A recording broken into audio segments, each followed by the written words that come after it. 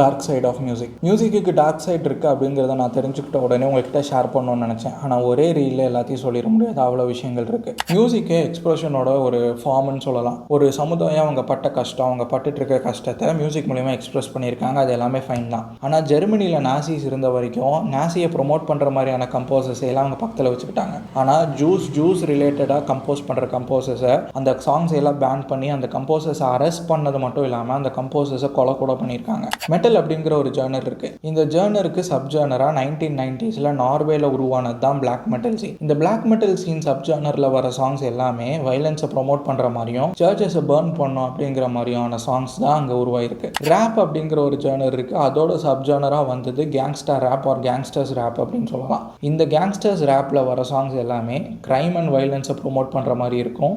இல்லைன்னா அதை விட மோசமாக மிசோஜினியை ப்ரொமோட் பண்ணுற மாதிரி இருக்கும். மிசோஜினா ஆண்கள் பெண்கள் மேலே ஆதிக்கம் செலுத்தணும், ஆண்கள் பெண்களை மிஸ்ட்ரீட் பண்ணணும் அப்படிங்கிறத மிசோஜினி.